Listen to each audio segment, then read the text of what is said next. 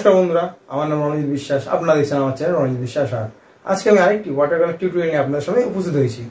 আজকে ভিডিওটা খুব ইন্টারেস্টিং হতে চলেছে। কেন ভাবছেন ইন্টারেস্টিং? কারণ কি, আজকে আমি যে বিষয়ের উপর ওয়াটার কালারটা করাবো না, সেটা কিন্তু আপনাদের শিখতেই হবে আজকে। আর একদম 100% গ্যারান্টি, আজকে এই ভিডিওটা দেখলে আপনারা কিন্তু অনেক কিছু শিখে যাবেন। মানে এমন একটা বিষয়ের উপর আমি ওয়াটার কালারটা যে করছি, সেটা কিন্তু আপনাদের পুরো দেখতে হবে, না দেখলে কিন্তু শিখতে পারবেন না। ঠিক আছে? আমাকে একজন বন্ধু এটা কমেন্ট করেছে, সে রিকোয়েস্ট করেছে, তার জন্য কিন্তু ভিডিওটা করা। এর জন্য আপনাদের এবং তাকে পুরো ভিডিওটা দেখতে হবে। কমেন্ট করেছে এই বন্ধু, সে কমেন্ট করে আমাকে বলেছে যে মেঘলা যে ওয়েদারটা হয়, মানে মেঘলা ওয়েদার বলতে আকাশে যে মেঘের যে ছবিটা, হ্যাঁ, মেঘ থাকলে কেমন একটা ওয়াটার কালার কেমন হয়, মেঘ যদি আকাশে থাকে তাহলে ওয়াটার কালার কেমন হবে সেটা দেখাতে, আর জলের ঢেউ ওয়াটার কালার দেখাতে। খুব ভালো কোশ্চেন, মানে কমেন্ট করেছে সে। তো আমি সেই দুটো জিনিস আজকে আমি দেখাবো, শুধু এই দুটোকে আমি ফ্রেম করে ফোকাস করে দেখাচ্ছি। এই জন্য ভিডিওটা পুরো দেখবেন, স্কিপ করে গেলে কিন্তু শিখতে পারবেন না। তাহলে বাদ বাকি কথাগুলো আমি ভিডিওতেই বলবো। তাহলে চলুন ভিডিওটা শুরু করা যাক। আর মন দিয়ে কিন্তু ভিডিওটা দেখবেন। তাহলে চলুন ভিডিওটা শুরু করি। দুখানা বক্স দেখতে পাচ্ছেন, বাঁদিকে একটা বক্স করেছি, ডান দিকে একটা বক্স করেছি। এই বাঁদিকের বক্সটা আমি মেঘের একটা ওয়াটার কালার করে দেখাবো, মেঘটা কেমন করে ওয়াটার কালার করতে হয়। আর ডান দিকেরটায় আমি জলের ঢেউ, মানে নদীতে একটা জলের ঢেউ থাকলে সেটা কেমন করে ওয়াটার কালার করে সেটা আমি দেখাবো। সর্বপ্রথম আমি বাঁদিকটা কী করলাম, পেপারটা ভিজিয়ে নিচ্ছি। পেপারটা ভিজিয়ে নেওয়ার পর আমি এখানে কিন্তু কালার দেবো। কী দিচ্ছি? এটা দিচ্ছি আলটামেন্ট ব্লু, আমার রেডি করাই ছিল আলটামেন্ট ব্লু, সেটা দিচ্ছি। দেখুন ওপর থেকে একটু ডার্ক দিলাম, তারপরে কিছু কিছু জায়গায় আবার একটু আলটামেন্ট দিলাম। ঠিক আছে? এবার কি করব, মন দিয়ে দেখুন। কালারগুলো আমি কী কী করছি মেঘেতে সেটা আমি বলে দিচ্ছি। আলটামেন্ট ইউজ করেছি, সঙ্গে ব্রাউন শাইনা ইউজ করেছি। ঠিক আছে? এই দুটো কালার দিয়ে কিন্তু আমি মেঘটা করছি। এর সঙ্গে কিছু কথা আমি বলছি, মন দিয়ে শুনবেন আর বুঝবেন। দেখুন, ওয়াটার কালার করতে গেলে খুব তাড়াহুড়ো করবেন না। সবার প্রথম পয়েন্ট হচ্ছে এইটা, বেশি তাড়াহুড়ো করলে কিন্তু ওয়াটার কালার ঠিক করে শিখতে পারবেন না। এর জন্য সময় নিয়ে ওয়াটার কালার করবেন। আর ভালো খাতা নেবেন বা ভালো পেজ নেবেন, মিনিমাম 200 GSM যেন হয়, তাহলে আপনার ওয়াটার কালারটা ভালো হবে। ঠিক আছে? এবার দেখুন, আমি প্রথমে লাইট দিয়েছিলাম, এই ভেজা অবস্থায় কিন্তু আমি ডার্ক কালার করে কিন্তু তার উপরে আমি ডার্ক করে কালারটা চাপাচ্ছি। ঠিক আছে?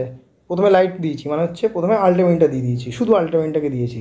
তারপরে ব্রাউন শাইনের সঙ্গে আলটামেন্ট মিক্স করে কিন্তু ওপরটায় দিলাম ডার্ক করে, যাতে মেঘের এফেক্টটা আসে। হ্যাঁ, এটা বুঝে নিন কিন্তু সবার প্রথমে। এবার কিছু কথা বলছি, ভালো করে শুনে নিন। যেটা বলছিলাম পেজের ব্যাপারে, পেজটা 200 GSM মিনিমাম নেবেন, তাহলে কাজটা ভালো হবে। আর চেষ্টা করবেন যে মানে খুব তাড়াহুড়ো না করে ধীরে সুস্থে বুঝে টোনগুলো দেওয়ার। যত তাড়াহুড়ো করবেন টোন কিন্তু ভালো হবে না। এবার হয়তো ভাবছেন ভেজা অবস্থায় ভালো টোন হবে, মানে ভেজা অবস্থায় টোন দেবো তা আরও বেশি, তাহলে তার আগে কটা লেআউট করে নিন, তারপরে কিন্তু ফাইনালি করুন, তাহলে আপনার এই অসুবিধাগুলো হবে না। ঠিক আছে?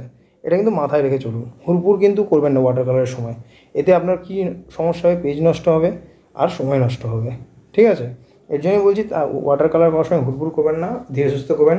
আর পারলে যদি খুব অসুবিধা ওয়াটার কালার করতে প্রথম যদি খুব অসুবিধা হয়, তাহলে কিছু অবজেক্ট সামনে রেখে সেটাকে দেখে দেখে ওয়াটার কালার করুন। ঠিক আছে? এইবার আমি ডান দিকের বক্সটা একটা নদীর যে জলের ঢেউ হয় সেটাই দেখাবো। সেম টেকনিক, জলটা ভিজিয়ে নেবো প্রথমে। ঠিক আছে? জল ভিজিয়ে নেওয়ার পর আমি এখানে আলটামেন্ট দিয়ে কালারটা করব সবার প্রথম। এবার আমি দেখুন আলটামেন্টটা ডার্ক করে উপর দিয়ে দিচ্ছি।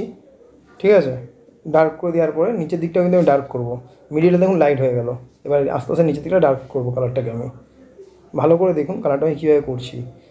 এই সময় পেপার যদি কোনো সময় ভিজিয়ে নিয়ে কাজটা করেন, তাহলে কিন্তু কালারটা বেশি পাতলা করবেন না, একটু গাঢ় করেই করবেন, তাহলে ভালো হবে। আর যেখানে মনে হবে একটু পাতলা করবেন, সেটা আপনার কাজের উপর ডিপেন্ড করছে। ঠিক আছে? দেখুন নিচের দিকটা আমি ডার্ক করে দিলাম। এবার আমি যেটা করব সেটা হলো ব্রাউন শাইনের সাথে আলটামেন্টটাকে মিক্স করব, মানে একটুখানি জাস্ট একটু ব্ল্যাকিশ কালারটা করতে হবে। ঠিক আছে? ঢেউগুলোর জন্য ভালো করে দেখুন আমি কীভাবে করছি, ভালো করে না দেখলে কিন্তু বুঝতে পারবেন না। আমি কিন্তু একটু গাঢ় করে রঙটা দেখুন দিচ্ছি, দেখেছেন? ঢেউটা যেভাবে হয় সেভাবে আমি কিন্তু দেখাচ্ছি। এইভাবে কিন্তু আপনাকে কালারটা দিতে হবে, ডার্ক করে কিন্তু, লাইট করে নয়। ব্রাউন শাইনা আর আলটামেন্টটা এই ফার্স্ট ঢেউটা যখন দেবেন, তখন ব্রাউন শাইনা যতটা নেবেন তার থেকে একটু বেশি পরিমাণে আপনি আলটামেন্ট ব্লুটা নেবেন। ঠিক আছে? দেওয়ার পর দেখছেন আমি কীভাবে দিয়েছি। প্রত্যেকটা পার্ট ভালো করে দেখুন, তাহলে শিখতে পারবেন। না দেখলে ভালো করে কিন্তু শিখতে পারবেন না। আপনারা কিন্তু পুরো ভিডিওটা দেখেন না, স্কিপ করে যান। তারপরে হয়তো আপনারা কমেন্টে বলেন দাদা রঙটা বুঝতে হয়নি, কী রঙ দিয়েছেন, কী তুলি ব্যবহার করেছেন। এর জন্য বলি ভিডিওটা পুরো দেখবেন, তাহলে সবটাই বুঝতে পারবেন। আমি এখানে 12 নম্বর তুলি ব্যবহার করেছি, রঙও বলে দিয়েছি কী কী কালার আমি এখানে ব্যবহার করেছি। কালার প্যালেটে আমার যে কালারগুলো দেখছেন সেই কালারগুলো হচ্ছে ক্যামেলের আর্টিস্ট কালার। আর খাতাটা আমি বলে দিয়েছি 200 GSM একটা ভালো পেপার আমি ব্যবহার করছি, মানে ভালো খাতা ব্যবহার করছি। ঠিক আছে, দেখুন এবার দেখতে পাচ্ছেন ঢেউগুলো আমি কীভাবে দিলাম, ডার্ক করে করে কিন্তু আমি ঢেউগুলো দিচ্ছি। হ্যাঁ, মন দিয়ে দেখুন যে আমি ঢেউগুলো কীভাবে করছি। খুব এবার যতটা মানে ভেজা অবস্থায় কিন্তু করবেন, ঠিক আছে, বারবার বলছি এটা ভেজা অবস্থায় করবেন। আর ডার্ক টোন দেবেন, যত প্রথম তো দিচ্ছি ডার্ক দেওয়ার পর হালকা হয়ে যাচ্ছে টোনটা, দেখুন ডার্ক প্রথমে যখন দিয়েছিলাম হালকা হয়ে গেছে, তারপরে আরও কালারটাকে তৈরি করে আরও গাঢ় করে ডার্ক করে দেবেন। দেখুন জলের ঢেউটা কিন্তু বুঝতে পারছেন, এবার কিন্তু জলের ঢেউটা এসে গেছে। তো এখানে কিছু কিছু জায়গা একটু জাস্ট তুলিটা ভিজিয়ে একটু মুছে নিয়ে হালকা করে ওই পেপারটা ভেজা থাকবে তার উপর দিয়ে তুলিটাকে একটু হালকা করে টানবেন, কিছু কিছু জায়গায় হোয়াইট ছাড়বেন, মানে এরকম করে ভেজা তুলি দিয়ে একটু হোয়াইট টেনে টেনে যেগুলো মনে হবে সেই জায়গাগুলো ছাড়লে একটু জলের ঢেউটা কিন্তু আরও পরিষ্কার হয়ে যাবে। ঠিক আছে, ভালো করে দেখুন কীভাবে কিন্তু কী করছি, বারবার আমি বলছি। আর ওয়াটার কালার যখনই প্রথম শুরু করবেন চেষ্টা করবেন ছোটো ছোটো অবজেক্ট দিয়ে শুরু করার, বাড়িতে প্র্যাকটিস করুন ছোটো ছোটো অবজেক্ট দিয়ে, তারপর আপনি সিনারি করুন, তারপর আপনি ফিগার ড্রয়িং করুন, ফিগার কালার করুন, কিন্তু তার আগে আপনাকে ছোটো ছোটো ড্রয়িং প্র্যাকটিস করতে হবে। যদি আপনাদের ভিডিওটা ভালো লেগে থাকে তাহলে অতি অবশ্যই কিন্তু চ্যানেলটা সাবস্ক্রাইব করবেন, কমেন্ট করে জানাবেন ভিডিওটা কেমন লাগলো, আর অতি অবশ্যই লাইক দেবেন। লাইক দিলে কিন্তু আমার উৎসাহটা আরও বেশি বাড়ে। ঠিক আছে, আর একটা বিষয় আমি বলে দিই, সবসময় কিন্তু ওয়াটার কালার করার সময় খাতার নিচে কিছু একটা জিনিস দিয়ে দেবেন, মানে একটু একটু উঁচু জিনিস দিয়ে তারপরে খাতাটা বসাবেন, তাহলে খাতাটা হালকা ঢাল হবে।